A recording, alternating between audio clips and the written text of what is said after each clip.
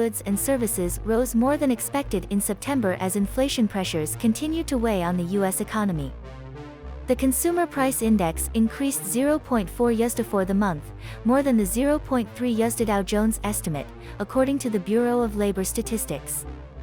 On a 12-month basis, so-called headline inflation was up 8.2%, off its peak around 9 in June but still hovering near the highest levels since the early 1980s.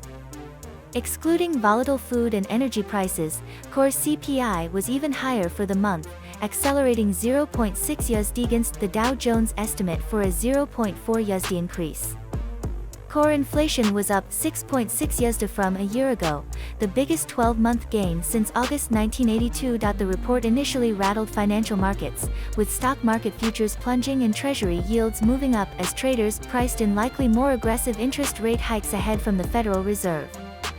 However, those earlier losses reversed in morning trading, and the Dow Jones Industrial Average rose more than 500 points by 11:45 a.m. Eastern Time.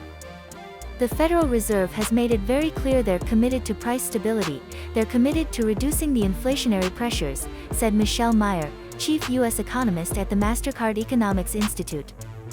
The more inflation comes in above expectations, the more they're going to have to prove that commitment, which means higher interest rates and cooling in the underlying economy. Another large jump in food prices boosted the headline number.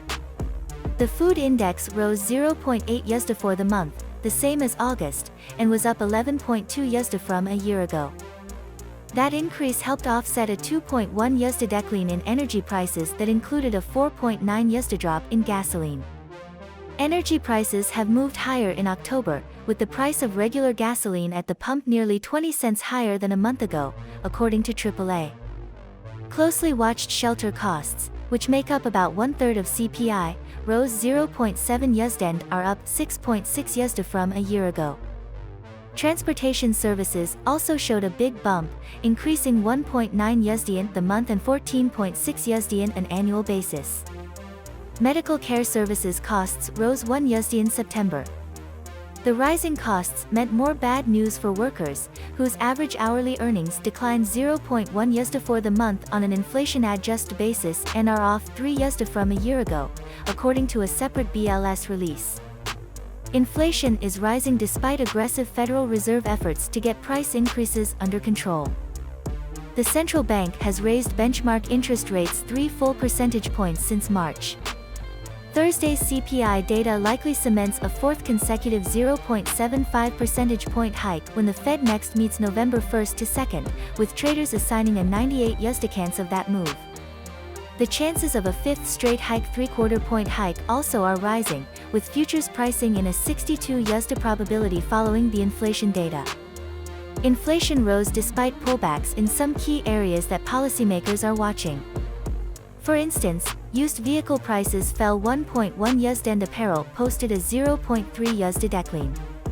Egg prices even dropped, off 3.5 for the month though still up 30.5 from a year ago. However, airfares rose after consecutive monthly declines, rising 0.8 for the month and up 42.9 from a year ago.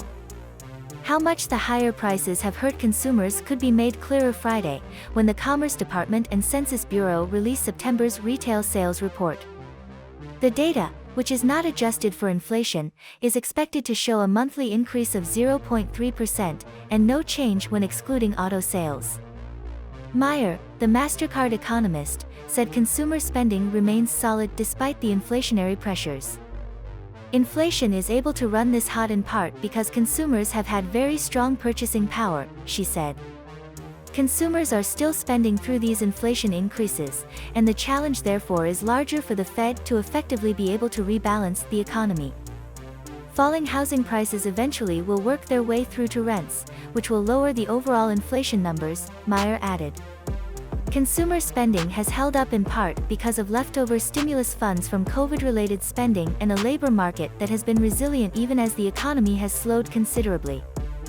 Non-farm payrolls rose 263,000 in September and the unemployment rate fell to 3.5%, tied for the lowest since late 1969. Jobless claims for the week ended October 8 totaled 228,000, an increase of 9,000 from the week before, the Labor Department reported Thursday. That was just slightly ahead of the 225,000 estimate, but still an indicator that layoffs are low.